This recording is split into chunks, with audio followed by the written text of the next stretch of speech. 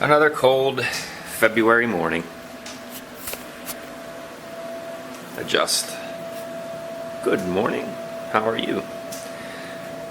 11 a.m. That's still classified as morning. So let me get some things off of the top of my head. Just a brief ramble. And let's start by questioning some of our assumptions. Tradition would have us believe that... Well, wait, back up. So I'm doing a video right now. Another hatchet video. I think this is the end of it, though. This will probably be the last hatchet video. On to a different subject. Now that I've pigeonholed myself again and alienated most of my viewership, it's time to move on to browner pastures. Okay, what was I talking about? Oh yeah, questioning our assumptions. So the premise of the video is about this hatchet, and it has a plastic handle, which is different because, well, wait. They claim that it's fiberglass, but it looks like if it is fiberglass, it's fiberglass wrapped in a sheath of some sort of hard, durable plastic, which I'm about to test because the next scene that I'm going to shoot for this video, which is like a half hour long, will be me trying to break that handle, and then I'm going to drill into it and see what's inside of it. So it will be an inside-out review of that grip hatchet. Okay, anywho, our most basic assumption about hatchets is that the good old-fashioned wooden handle is the creme de la creme. I mean, it's shock absorbing, it's replaceable. This hatchet, this example is, I believe, a World War I. Yeah, that's right, World War I, according to all my Google searches. Hatchet, and it's held up quite nicely, huh? This style of hatchet has seemed to be the archetype for a very long time. Very little has changed. It's approached an optimum. Now we do things a little bit differently, but that's not necessarily for the better. I mean, this is largely silliness compared to that. But in terms of the head shape, you can see this is kind of fat, and it makes it split faster. It more readily splits as it moves through the wood than the more modern general purpose hatchet. And I tend to be, okay, so maybe I'm biased, but I tend to fall on this side. I prefer something that has a little more cutting power and a little less readily splits the wood that I'm striking. But the point of this ramble is to question our assumptions, and that's about the handle itself. This is waterproof, and it's stronger than wood, and it's equally shock absorbent. Is that a word? It probably is. But fiberglass handles really do absorb shock well, and this type of wood is great. I mean, really, come on. It's been around forever, and it's replaceable, and it's everywhere. But these types of materials now, our present technologies enable us to make things that last longer. And it's possible that this is a superior. And if it were, would we admit it? I don't know.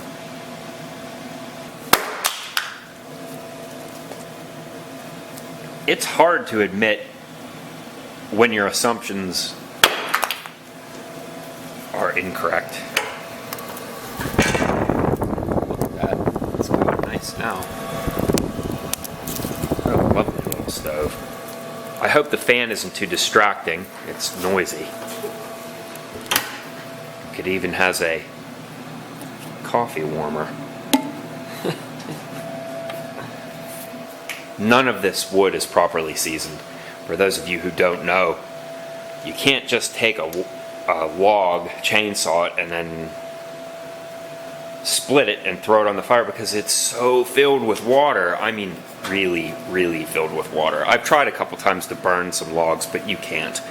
You can get them to burn eventually if you have a hot enough bed or extant fire, but then once it burns, it's just smoky. And okay, what is smoke? Smoke is, carbon dioxide, carbon monoxide, and water vapor. So if you have way too much water vapor, it's just, I don't know, I'm really rambling now. My point was about some of the beautiful wood that I get out of my log pile. It's pretty impressive. Like every once in a while you'll split one open and it has just a striking grain pattern or something, and it's almost dry enough that I might be able to use it for a project. In this case, it fit like a perfect focus. Autofocus can't always keep up with my erratic behavior, so I apologize. It fits perfectly, and I might just use it as a mallet, just a crude mallet for whatever, not necessarily woodworking, but whatever I'm working on, knocking a hatchet in or something. I don't know. You know what it reminds me of? I don't know if you've ever done this before, but if you've ever gone walleye fishing, I was on a charter walleye trip one time when I was a kid, and they're lively fish. They're huge. I mean, they're almost 4 feet long, and they really, really struggle. And when you get it onto the boat, it's just flopping around like a fish. And you have to, it sounds awful, but if you were there and you saw how destructive they are, then you'd understand. You have to stop them. You have to give them a frontal lobe cease and desist with just a quick, right between the eyes, one, and then they'll stop. Their eyes roll back into the head, and you stick them on ice and then take them home. But because the grain naturally curves like that, that makes this little bunker stick really, really tough. I mean, you're not going to break it no matter how hard you... Ow, that hurts though.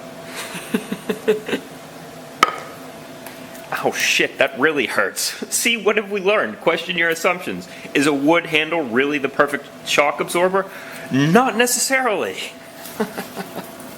So the garage dimensions are 23 feet by almost 70 feet, which is way too much to heat for this little guy. So what I'm going to do is put a partition in right there, about maybe a foot or so away from the door, and it will go to there. That window will be eliminated, and then I'm going to put a door there out the back because it's beautiful out there and I can't see. But also here I'm going to put a shed roof on the back of the structure that will cover my firewood. Then I'll only have to heat from here to there by, what did I say it was, 23 feet. So that is still a beautiful size for a shop. I didn't buy this place because of this huge garage. This was a bonus, but it was never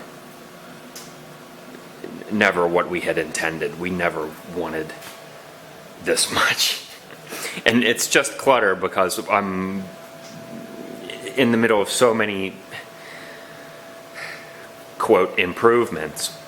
That is my greenhouse, and it needs a lot of work. I really need to do the edit on that. I did a disassembly, even though I was moving, I did a disassembly video. I shot it. I had lots of help, and it was frustrating. And to those of you, well, none of them watch this, but to those of you who actually helped me film that, I really appreciate it. I mean, goodness, that was inconvenient, and I'm sure I was intolerable to deal with at the time because I was amidst my move. But everything there is greenhouse related. It's the whole package, and I think some of that is greenhouse as well. But most of this stuff can be built up onto a shelf or something, and I will break it down. I'm not going to live this way. Ideally, someday I'll have either a machine or Mrs. Pocket's car in here. That lawn tractor does run but I bought it on Craigslist for $60. It's a mess. I mean, it has the wrong motor in it and everything, but it does run. I'm not going to use it. I bought it explicitly for the seat because it has a higher back than that one, and that one has tears and such. So that's going to go. I had to replace the stove. That was a nuisance. First of all, they're more expensive than I ever thought. I never bought one before. This, I mean, it did work, but it started to develop problems in there. Those little ceramic igniter, like ignition things under there. And 3 of them went bad once. Okay, 1 of them went bad, but then when I started to screw with it, I saw that the 2 others were pretty bad. And in order to repair them, it would have taken a lot of work, and the parts are outrageously expensive. But also, these little attachment bolts had rusted real bad. So go to your stove and take those out and put some oil on them or some anti-seize or something, because once those fuse and rust in from heat and whatever gets on them, you're never getting them out, and then the whole assembly is ruined. So I'll probably throw it on Craigslist for 20 bucks or something. Why 20 bucks? It's more like if you want to fix it, go ahead. You're not doing me a favor by coming here and taking it for free. Like, there's a lot of people that believe that you're doing me a favor, but you're not, because it's scrap metal for one. It's an asset, not a liability, so long as you have the space to keep it. But also there's stainless steel grates and very expensive glass. I mean, for the 20 bucks, I would rather take that glass out and use it for projects. It's a high heat glass. I do have somewhat of a tempered glass fetish too. I have a pile of it. It's just such an amazingly useful surface. This, you know what? Remember I said about the folding handles? I was going to do that, but there's no point, because you can just store it like that, or just stand it completely vertical. If the need arises, it will stand in here. So no, I'm not putting any joints on the handles. I really was close to it. I mean, the people have spoken. They wanted to see it with some type of hand, and I had some ideas that incorporated a lot of the ideas that came from the YouTube comments, but I've decided ultimately that I'm just keeping it the way that it is. It's simple. And the wide stance is not so bad. I know a lot of you commented that it has a wide stance and that would be hard, but for one, there's some deflection.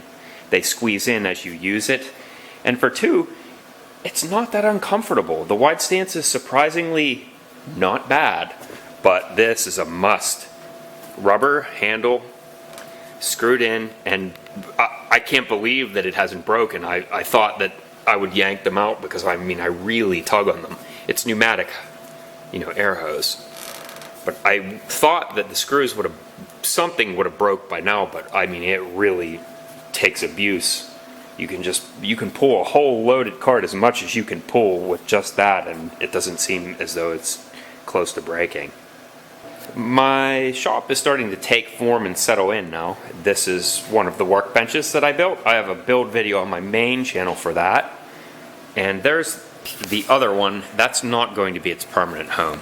But I also kept my table saw assembly. It's nice and pretty glossy, isn't it? I just resurfaced it last night. I'll show you. This is a piece of granite, a scrap piece of granite floor tile, and on both sides there's a piece of 100 grit sandpaper attached with spray adhesive. It's a flat surface that I scour all of the knife cuts with. About, I don't know, it's hard to say, it varies. Whenever it gets bad enough that if I put a piece of paper on and draw and my pencil keeps going into the knife cuts, and no matter where I move it to, it still annoys me, that's about the time that it's due to be resurfaced. After I flatten it all out, I use a paintbrush that I keep in mineral spirits. I only keep it this way when I'm working on a polyurethane project.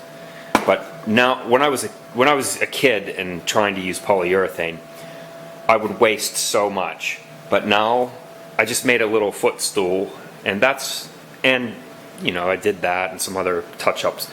And this is all of the mineral spirits I used. Maybe twice that, because some of it went into brushing it on to prep the surface after it's been sanded, and then you towel it off real quick. You can't leave it on too long, because if you do, it will seep down into the cuts and then bubble up the particle board again. Because as particle board wets, it swells. So it's extremely susceptible to moisture unless you keep it maintained. This board, you might have seen in a different video, there are two sides to it. It's got to be 13 years old, and it has thousands of knife cuts on it. I mean, I'll cut insulation on it and just make the same cut over and over and over again, and the process of restoration that I just described completely absorbs that. It's almost a work of art, really, because the history that's on this object is impressive. Okay, I'm about to shoot my other, to finish my hatchet video, so I just wanted to get you a ramble. Some of you really like this, and I guess I can understand why. I like to listen to rambles occasionally too. Oh, French cleat, yeah, I'm gonna make another one there, and maybe I'll make a video about it, because I really did. The French cleat system, take it or leave it. What are your options? You can make a slat board or a pegboard. No, don't make a pegboard. Those suck. I'm coming off of a bad 10-year relationship with those. My buddy told me when I was young and I was putting one of those in, he said, "Don't do it, you'll hate it." No, I want one. I want my tools hanging up above my workbench. You'll hate it. I hate it. He was right. This takes a lot of work. It takes a lot of thinking, but I like the tinkering. Like the tinkering aspect of making cool clips and fasteners. Okay, so one of the common complaints is this. When you go to grab a tool, your holder falls off. But look how easy the solution is.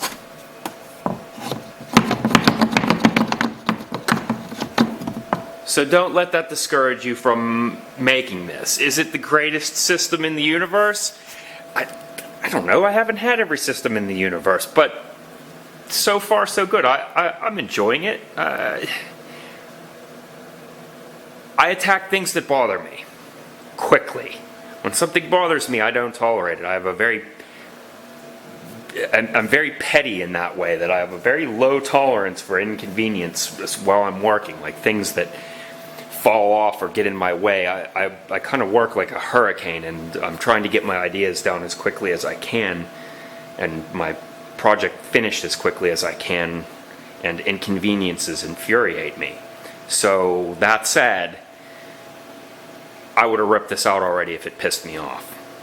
So I can recommend it, I think. Okay, go about your day. Thanks for joining me. And I'll see you on the next whatever ramble or thing I ramble about. Get a tripod. Yeah, I did for the last shot of the video.